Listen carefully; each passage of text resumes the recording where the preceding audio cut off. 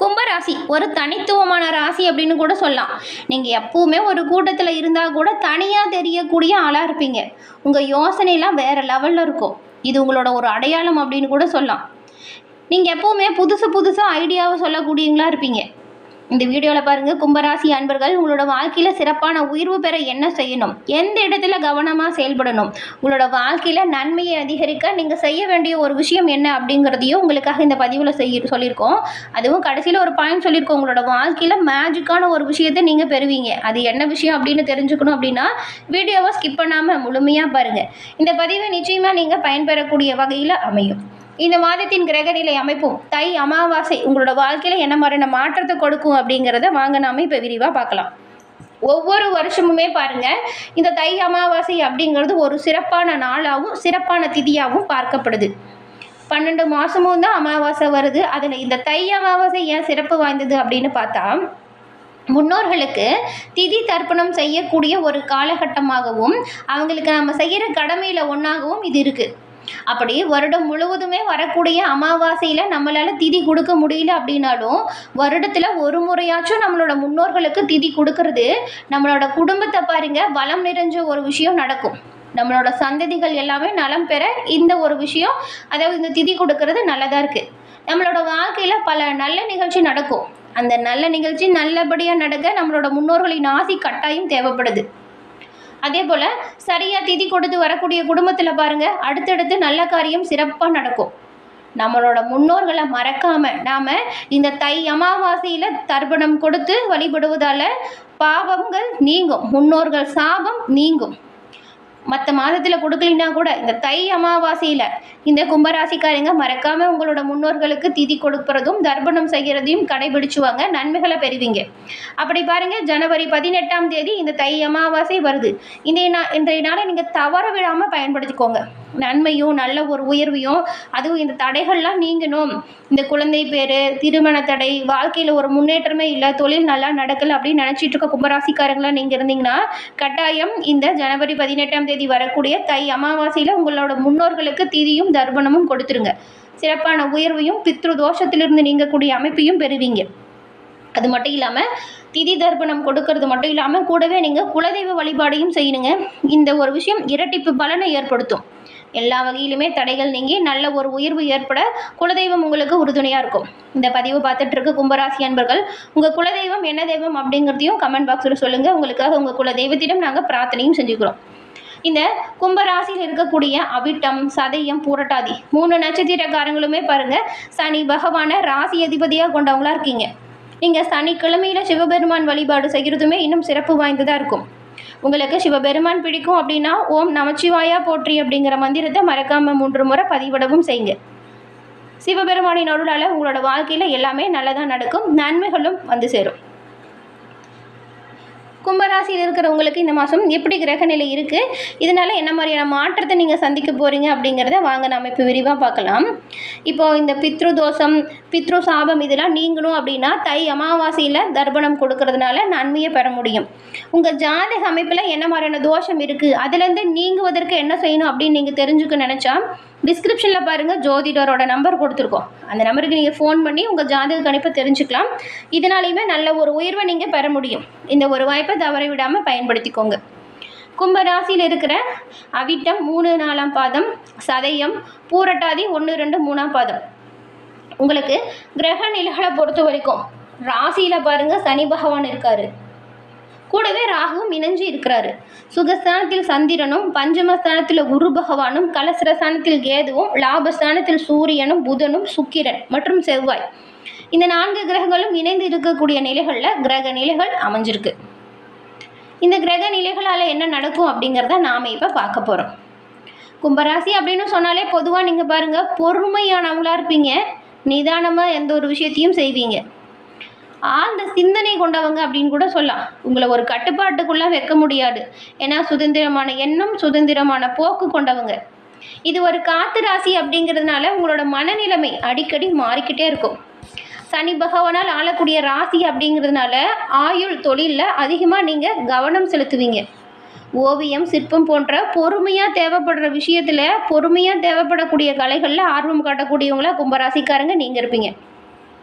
எந்த விஷயமா இருந்தாலும் சரி தீவிரமாக செயல்பட்டு நல்லா அலசி ஆராய்ஞ்சு முடிவெடுப்பீங்க. பரந்த மனப்பான்மை கொண்டவங்களா கும்பராசி அன்பர்கள் நீங்கள் இருப்பீங்க.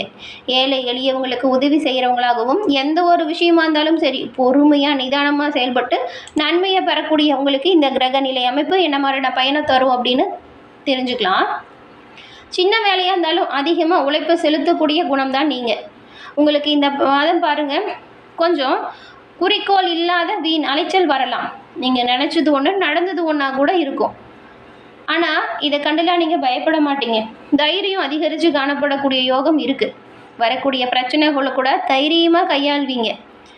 உடல் உபாதைகளை பொறுத்த வரைக்கும் கொஞ்சம் அஜீரண கோளாறு ஏற்பட வாய்ப்பு இருக்குது. நிறைய வேலை அலைச்சல் இருக்கிறதுனால உடல் சோர்வு வரும். பணம் வந்தாலுமே வரவு இருந்தாலுமே பல வகையிலுமே செலவாகக்கூடிய வாய்ப்பு இருக்குது. அதாவது பெற்றோர்களுக்காக, குடும்பத்துக்காக, அப்புறம் நண்பர்களுக்காக இப்படின்னு சொல்லி ஏதாவது ஒரு வகையில் பணம் வந்தாலும் ஒரு வகையில் செலவு ஆகிட்டே இருக்கும். காரிய தாமதம் ஏற்படலாம், கவனமாக செயல்படுங்க. பெரும்பாலும் நீங்கள் இந்த மாதம் பாருங்கள், மற்றவங்களுக்காக எந்த ஒரு வாக்குவாதமும் செய்யாமல் இருங்க. அடுத்தவங்களுக்காக வாக்குறுதி கொடுக்காமல் இருங்க. இது ரொம்ப ரொம்ப நல்லதாக இருக்கும். இப்படி வாக்குறுதி கொடுத்தா அது கவலையை கூட கொடுக்கும். வாக்குறுதி கொடுக்காமல் இருந்தால் மனக்கவலை ஏற்படாமல் நீங்கள் உங்களை பாதுகாப்பீங்க. வாகனத்தில் போகும் பொழுது கவனமாக இருங்க. நண்பர்கள் மூலம் கிடைக்க வேண்டிய உதவி கொஞ்சம் தாமதப்படலாம். உங்கள் தொழில் வியாபாரம் இது ரெண்டுமே கொஞ்சம் விழிப்புணர்வோடு செயல்பட்டால் நல்ல ஒரு லாபத்தை பெறுவீங்க. உங்கள் பொருட்களை வாடிக்கையாளர்களுக்கு அனுப்புறீங்கன்னு வச்சுக்கோங்களேன், அது கொஞ்சம் கூடுதல் கவனத்தோடு அனுப்புங்க. நீங்கள் எதிர்பார்த்து காத்துட்டு இருக்கிற பணவரவு கொஞ்சம் தாமதப்பட்டு வரும். அதுவும் உத்தியோகத்தில் இருக்கிறவங்களுக்கெல்லாம் பாருங்கள், வேலைப்பளு கொஞ்சம் அதிகரிக்கிற மாதிரி இருக்கும், அலைச்சலுமே இருக்கும். சொல்கிறத தட்டாமல் வேலை செய்யுங்க. அலைச்சல் இருந்தாலுமே சரி. ஏன்னா இப்போ காலகட்டம் உங்களுக்கு சரியாக இல்லை. அதனால் கொடுக்குற வேலையை சிறப்பாக செய்யறதுக்கு என்ன பண்ணும் அப்படிங்கிறத யோசித்து பண்ணுங்கள். ஒரு சிலருக்கு நீங்கள் எதிர்பாராத இடமாற்றம் கூட வரும். குடும்ப உறவுகளை பொறுத்த வரைக்கும் திடீர் கருத்து வேறுமை வரலாம். வீண் வாக்குவாதங்களை தவிர்க்க பாருங்கள். கணவன் மனைவி ரெண்டு பேருமே ஒருத்தருக்கு ஒருத்தர் விட்டு கொடுத்து அனுசரித்து போகிறது நல்லது. சகோதரர்கள்கிட்ட கருத்து வேற்றுமை வராமல் பார்த்துக்கோங்க. எச்சரிக்கையாக இருக்கிறது நல்லது. பெண்களை பொறுத்த வரைக்கும் பாருங்கள், நீங்கள் அடுத்தவங்களுக்கு உதவி செய்ய போய் தேவையில்லாமல் பிரச்சனையில் சிக்கிக்காதீங்க. அடுத்தவங்களுக்கு உதவி செய்யும்போது கூட கவனமாக தான் இருக்கணும். கொஞ்சம் உங்களுக்குமே செலவு வரும். தேவையில்லாமல் எப்படி செலவு வருது அப்படின்னு தெரியாமல் முழிப்பீங்க. இதனால் கொஞ்சம் கவலை வரலாம். கலைத்துறையில் இருக்கிறவங்களுக்கு கிரக சூழ்நிலை சாதகமாக இல்லைங்க. கொஞ்சம் சோம்பேறித்தனத்தை விட்டுட்டு நீங்கள் கொஞ்சம் உழைக்கிறதுக்கான வழியை தேடுங்க. ஆனால் அறிவுத்திறன் அதிகமாக இருக்குது. உங்கள் பேச்சு மற்றவங்களை மயக்கிறது போல் இருக்கும். பேச்சாற்றலால் நிறைய காரியத்தை சாதிப்பீங்க. நீங்கள் எங்கே இருந்தாலும் சரி ருசியான சாப்பாடு கிடைக்கும். புதன் பகவான் உங்களுக்கு இருக்கக்கூடிய அமைப்பு மன நிம்மதியை தரக்கூடிய அமைப்பு. சாமர்த்தியமாக உங்களோட பிரச்சனைகளை சமாளித்து காரிய வெற்றியை பெறுவீங்க. அரசியல் துறையில் இருக்கிற நீங்கள் உங்கள் வளர்ச்சிக்காக சில திட்டங்களை செயல்படுத்த முடிவெடுக்க போகிறீங்க. பணவரத்துமே திருப்பி தரும் வகையில் இருக்கும். செயல் திறமை அதிகரிக்கும். திடீர் பயணங்கள் செல்ல நேரிடலாம். மனதில் நிம்மதி வரும். உற்றார் உறவினர் வருகை இல்லத்தில் ஏற்படும். நண்பர்கள் மூலம் மகிழ்ச்சி வரும். இனிமையான வார்த்தைகளால் சிக்கலான காரியத்தை கூட எளிமையாக செஞ்சு முடிப்பீங்க. மாணவர்கள் கல்வி பற்றின கவலையை தவிர்த்து கூடுதல் கவனத்தோடு படிக்கிறது நல்லது. வீண் அலைச்சல் கொஞ்சம் வந்து போகும். கும்பராசியில் இருக்கிற அவிட்டம் 3, 4ஆம் பாதம் கொண்ட உங்களுக்கு இந்த மாதம் பாருங்கள், எந்த சூழ்நிலை வந்தாலும் சரி பதட்டம் மட்டும் படாதீங்க. பதட்டப்பட்டால் எல்லாமே செதறிடும். அதாவது கொஞ்சம் கவனமாக இல்லைன்னா காரியத்தடை வரும். உத்தியோகத்தில் இருக்கிறவங்களுக்கு காரிய அனுகூலம் ஏற்படணும் அப்படின்னா எச்சரிக்கையாக செயல்படணும். புத்தி சாதுரியத்தால் காரிய நன்மைகளை பெறக்கூடிய மாதம் இது. பணம் கொடுத்து உதவி செய்கிறதுக்கு முன்னாடி தகுந்த ஒரு ஆலோசனை உங்கள் வாழ்க்கை துணைக்கிட்ட நீங்கள் எடுக்கணும்.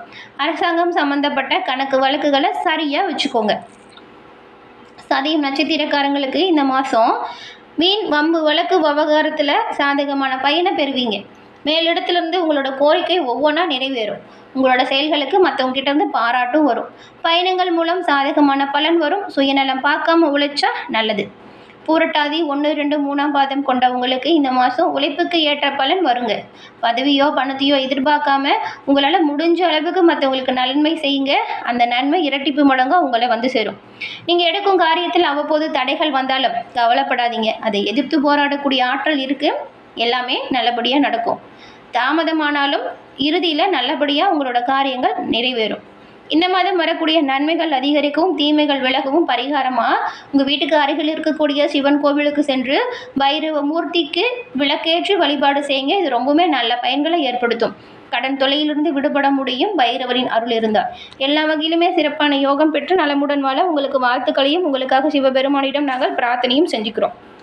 என்ன நேயர்களே, இந்த பதிவை நீங்கள் பயன்பெறக்கூடிய வகையில் அமைஞ்சிருக்கும்னு நினைக்கிறோம். பதிவு பிடிச்சிருந்தால் லைக் பண்ணுங்கள். உங்களுடைய நண்பர்கள் குடும்ப உறுப்பினர்கள் கும்பம் ராசியாக இருந்தால் அவங்களுக்கும் இந்த பதிவை ஷேர் பண்ணுங்கள். நீங்கள் இப்போ தான் ஃபர்ஸ்ட் டைம் நம்ம சேனலை பார்க்குறீங்க அப்படின்னா மறக்காமல் சப்ஸ்கிரைபும் பண்ணிக்கோங்க. தொடர்ந்து பார்த்தமைக்கு நன்றி நேயர்களே.